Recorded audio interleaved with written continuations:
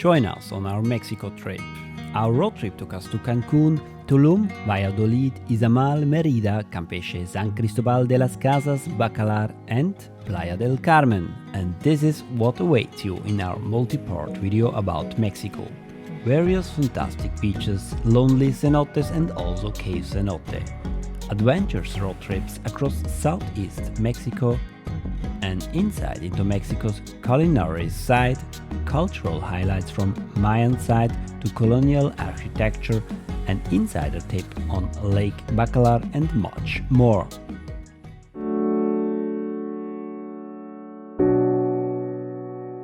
We left Campeche very early in the morning.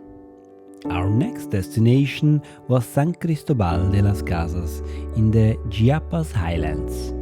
The route was given a travel time of approximately 10 hours. This is of course a bit tough, but we didn't want to make an overnight stop on the way and arrive in San Cristobal before dark, as the route is not supposed to be safe at night. But things turned out a little differently than we had planned, but more on that in a moment.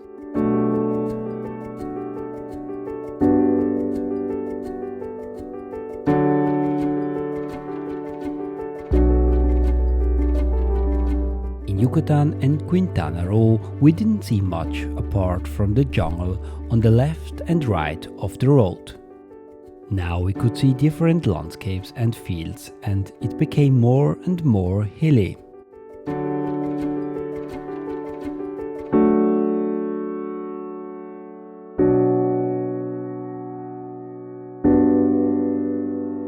After Palenque, the road wound its way slowly up into the highlands.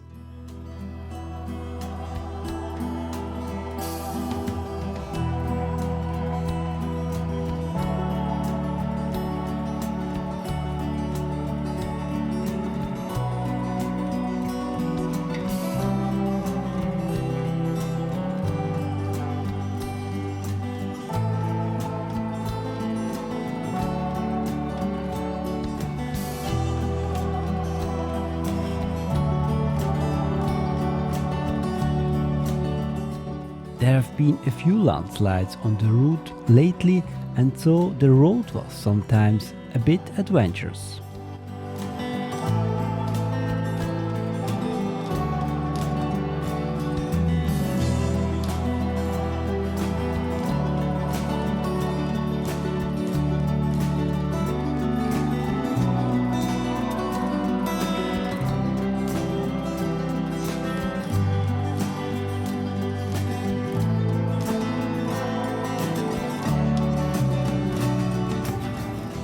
We drove through many small villages where the poverty of the people could be seen clearly.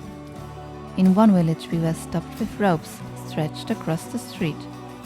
We should buy fruit, only then they would remove the ropes. Since we vehemently refused, they cleared the road after a while, but just a few kilometers later ropes were again stretched across the road. From now on we imitated the Mexicans and didn't stop at the stretched ropes anymore. The women then dropped them in front of the moving car at the last moment. Of course, this poverty depressed us and made us think. But we didn't want to be stopped every few kilometers to be forced to buy fruit. On the last stretch in the mountains, 80 kilometers before San Cristobal de las Casas, we found out that the road was completely closed due to a landslide. There was no other way to get to our destination than to take a huge detour via Comitán. In order to shorten the detour a bit, we took a cross-connection road to get onto the road to Comitán. As it turned out, that wasn't a good idea. The gravel road had huge and incredibly deep holes, and so many that we only progressed at walking speed and in zigzag.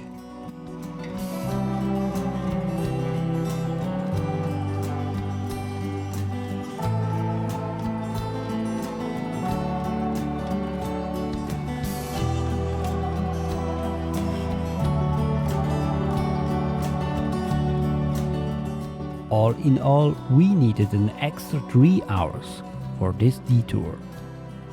We were absolutely relieved when we finally arrived in San Cristobal de las Casas after a 13 hours drive, breaks not included.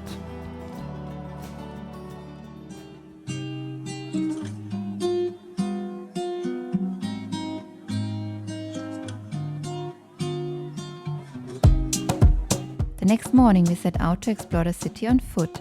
It was also time to get the laundry done. San Cristobal is wonderfully colorful and has a very different vibe to our previously visited places in Mexico. And the climate here is also significantly cooler in the highlands at 2100 meters.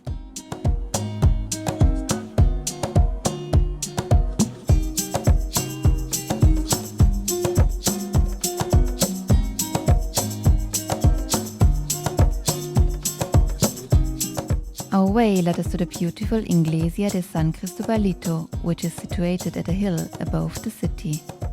What a beautiful place with the little flags blowing in the wind.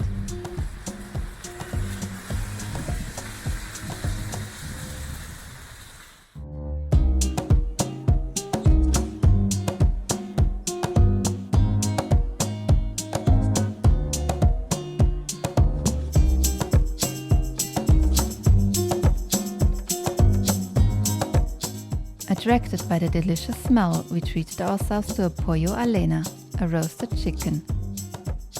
Especially tasty with grilled and very spicy jalapenos.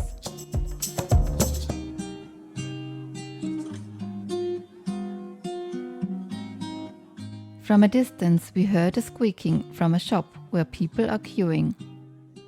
Fresh tortillas are produced here with a deafening noise.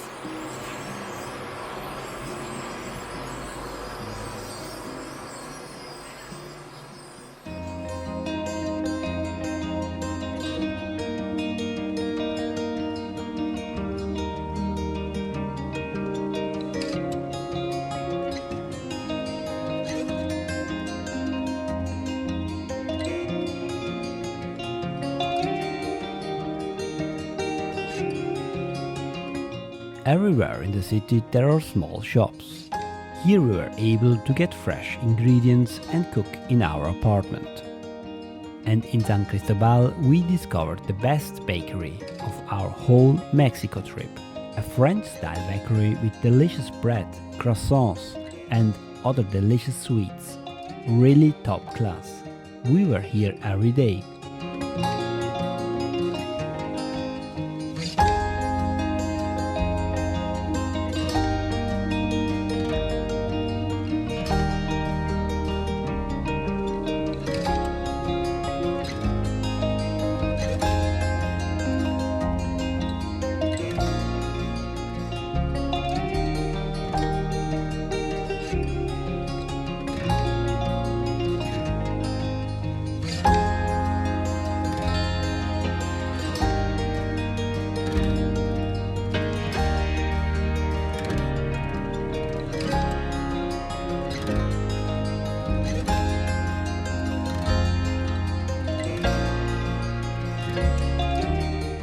We strolled towards the cathedral to the big square.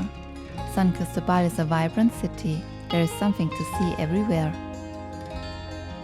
The beautiful and old cathedral was under construction and we couldn't visit it. We didn't think that was too bad and enjoyed the hustle and bustle on the big square. We particularly noticed the indigenous street vendors with their traditional clothing. They mostly sell shawls and scarves, and with all their goods they often carry their baby on their back. They come from the surrounding indigenous villages to San Cristobal to sell their goods here.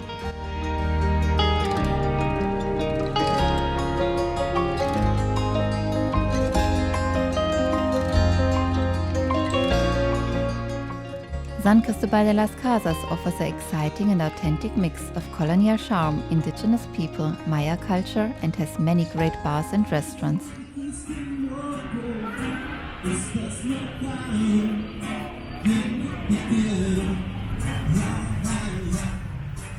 And now it was time to end the day. After our drinks, we went to a soup restaurant. First we had fried tortillas with various dips, and then we had delicious and hearty soups with various extra to garnish.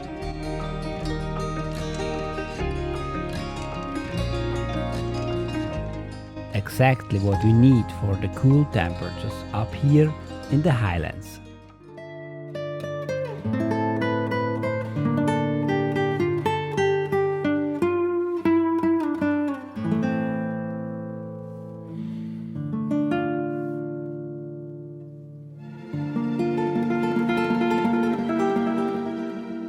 It was also nice to simply stroll through the streets with the colorful houses.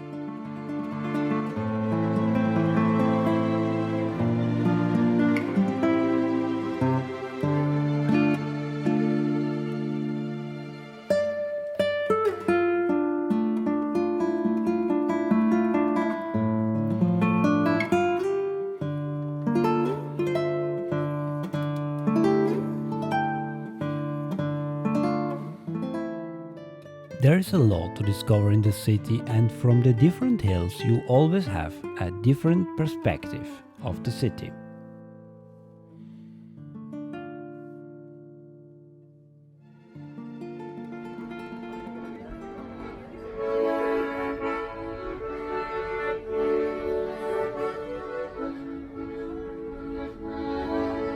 In the pedestrian street Real de Guadalupe there are many shops, restaurants and street vendors.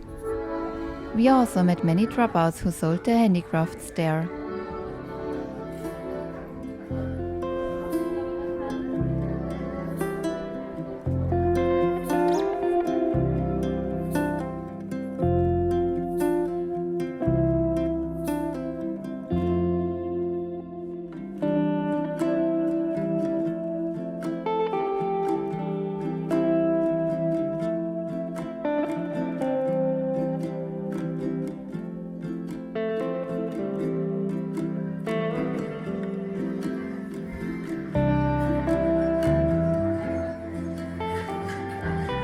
We chose a restaurant where we could watch the tortillas being freshly made. Really delicious.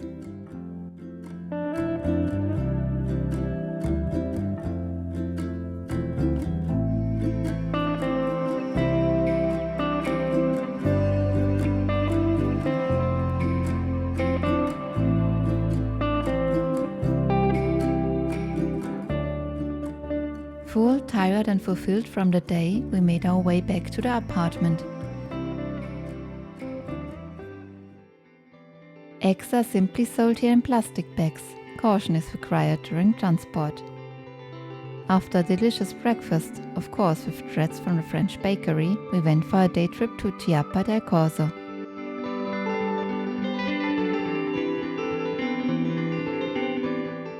On our entire drive to the mountains of Chiapa, we had seen the steepest and most inaccessible places, how individual cornstalks were being cultivated. Every spot was used, and of course all without machines.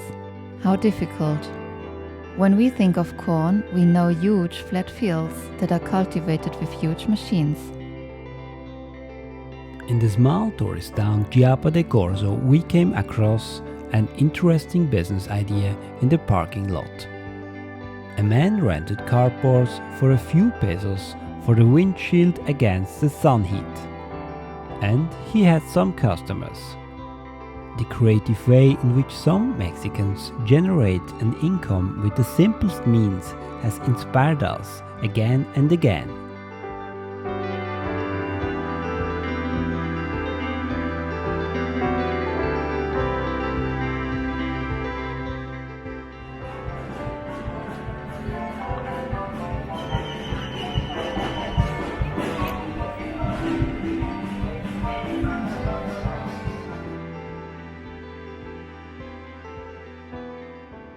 On the way back to the highlands, we stopped at a restaurant with a beautiful view. Here we watched the people on the zip line and enjoyed the sun and the view of the surrounding fields. And here our son in particular was enthusiastic about the creative way in which something new was created with simple means.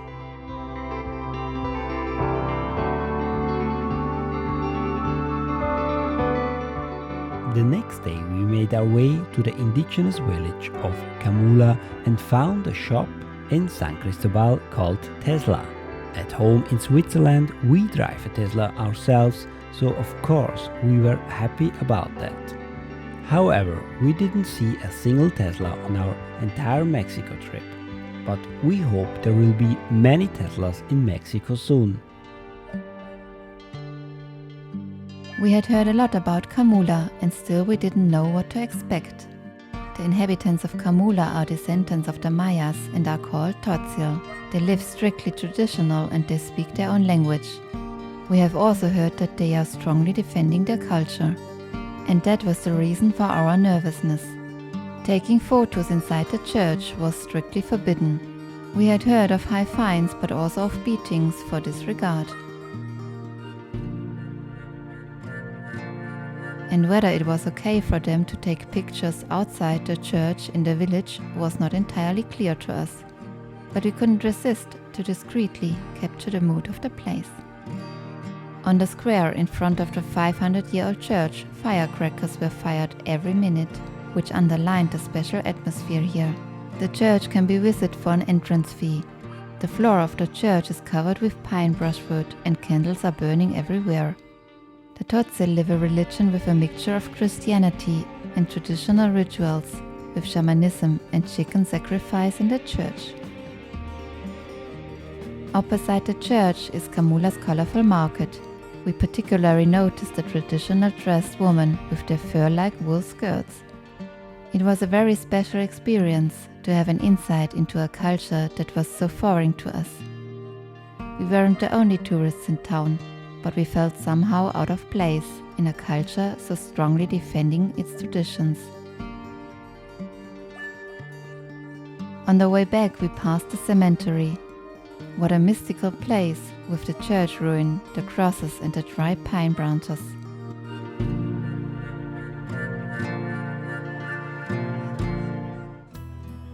It was now time for our next stop on our Mexico road trip, Bacalar.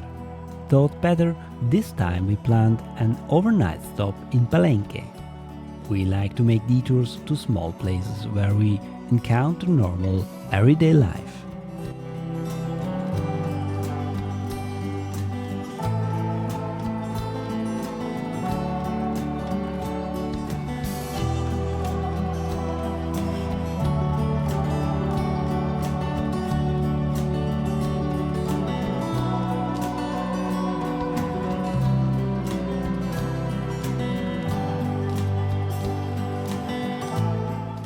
This scene of how dead wood was collected here later gave us a saving idea during a drone rescue operation from a tree in Switzerland. The road to Palenque now leads downhill again, and the climate got warmer again.